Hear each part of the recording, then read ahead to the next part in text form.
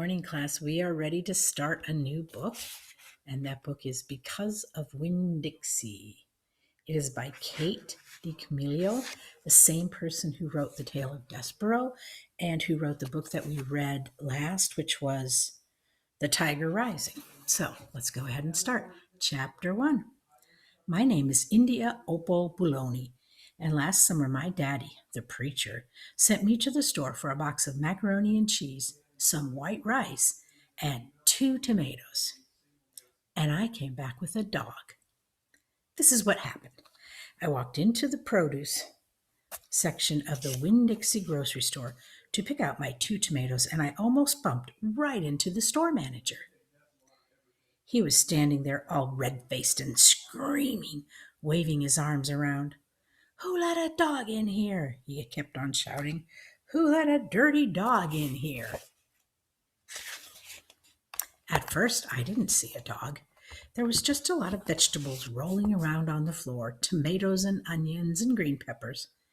And there was what seemed like a whole army of Winn-Dixie employees running around and waving their arms just the same way the store manager was waving his. And then the dog came running around the corner. He was a big dog and ugly, and he looked like he was having a real good time. His tongue was hanging out and he was wagging his tail. He skidded to a stop and smiled right at me. I had never before in my life seen a dog smile and show me all of his teeth. Then he wagged his tail so hard that he knocked some oranges off of the display, and they went rolling everywhere, mixing in with the tomatoes and the onions and the green peppers. That's still a little high, isn't it? There you go. The manager screamed, "Somebody grab that dog!" The dog went running over to the manager, wagging his tail and smiling. He stood up on his hind legs. You could tell that all he wanted to do was get face to face with the manager and thank him for having the good time that he was having in the produce department. But somehow he ended up knocking the manager over. And the manager must have been having a bad day, because lying there on the floor, right in front of everybody, he started to cry. The dog leaned over him real concerned and licked his face. "Please," said the manager, "somebody call the pound." "Wait a minute," I hollered. "That's my dog. Don't call the pound." All the Winn-Dixie employees turned around and looked at me, and I knew I had done something big and maybe stupid too. But I couldn't help it. I couldn't let that dog go to the pound. "Here, boy," I said. The dog stopped licking the manager's face and put his ears up in the air and looked at me, like he was trying to remember where he knew me from. "Here, boy," I said again, and then I figured the dog was probably just like everybody else in the world, that he would want to get called by a name, only I didn't know what his name was. So I just said the first thing that came into my head. I said, "Here, Winn-Dixie."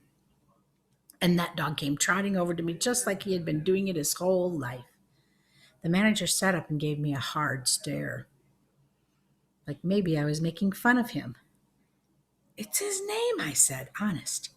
The manager said, "Don't you know not to bring a dog into a grocery store?" "Yes, sir," I told him. "He got in by mistake. I'm sorry, it won't happen again." "Come on, Winn-Dixie," I said to the dog.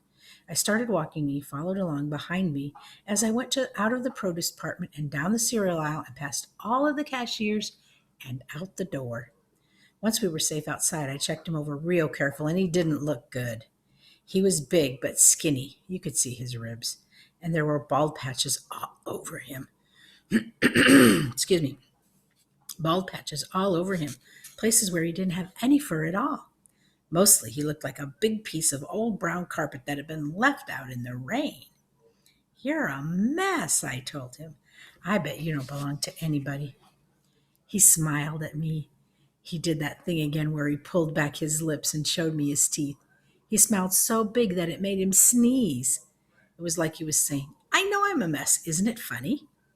It's hard not to immediately fall in love with a dog who has a good sense of humor.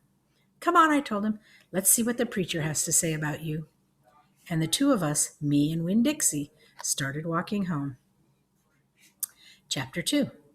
That summer I found Winn-Dixie was also the summer me and the preacher moved to Naomi, Florida, so he could be the preacher at the Open Arms Baptist Church of Naomi. My daddy is a good preacher and a nice man, but sometimes it's hard for me to think about him as my daddy because he spends so much time preaching or thinking about preaching or getting ready to preach. And so in my mind, I think of him as the preacher. But before I was born, he was a missionary in India, and that is how I got my first name. But he calls me by my second name, Opal, because that was his mother's name, and he loved her a lot. Anyway, while me and Winn-Dixie walked home, I told him how I got my name, and I told him how I had just moved to Naomi. I also told him about the preacher and how he was a good man, and even if he was too distracted with sermons and prayers and suffering people to go to the grocery store and go shopping. But you know what I told Winn-Dixie? You are a suffering dog, so maybe he will take to you right away. Maybe he'll let me keep you. Winn-Dixie looked up at me and wagged his tail. He was kind of limping, like something was wrong with one of his legs. And I have to admit, he stunk bad. He was an ugly dog, but already I loved him with my whole heart. When we got to the Friendly Corners trailer park, I told Winn-Dixie that he had to behave right and be quiet because this was an all-adult trailer park, and the only reason I got to live in it was because the preacher was a preacher and I was a good, quiet kid. I was what the Friendly Corners trailer manager, Mr. Alfred, called an exception. And I told Winn-Dixie he had to act like an exception too. Specifically, I told him not to pick any fights with Mr. Alfred's cats or Mrs. Detweiler's little yappy Yorkie dog, Samuel. Winn-Dixie looked up at me while I was telling him everything, and I swore he understood. Sit, I told him when we got to my trailer, and he sat right down. He had good manners. Stay here, I told him. I'll be right back. The preacher was sitting in the living room working at the little folding table. He had paper spread out all around him and was rubbing his nose, which always means he was thinking hard. Daddy, I said. He said back. Daddy, do you know how you always tell me that we should help those less fortunate than ourselves? He said. He rubbed his nose and he looked at all of his papers. Well, I said, I found a less fortunate at the grocery store. Is that right? He said. Yes, sir, I told him. I stared at the preacher really hard. Sometimes he reminded me of a turtle, hiding inside a shell, in there thinking about things and not ever sticking his head out into the real world. Daddy, I was wondering, could he stay with us for a while?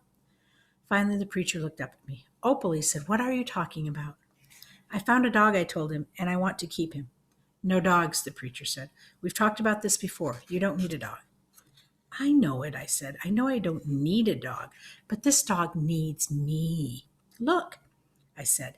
I went to the trailer door and I hollered, Winn-Dixie! Winn-Dixie's ears shot up in the air and he grinned and sneezed, and then he came limping up the steps and into the trailer and put his head right in the preacher's lap, right on top of a pile of papers.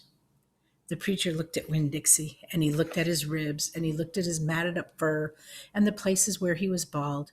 The preacher's nose wrinkled up. Like I said, the dog smelled pretty bad. Winn-Dixie looked up at the preacher, and he pulled back his lips and showed the preacher all of his crooked yellow teeth and wagged his tail and knocked some of the preacher's papers off of the table. Then he sneezed, and some more papers fluttered to the floor. What did you call this dog? The preacher asked. Winn-Dixie, I whispered. I was afraid to say anything too loud. I could see that Winn-Dixie was having a good effect on the preacher.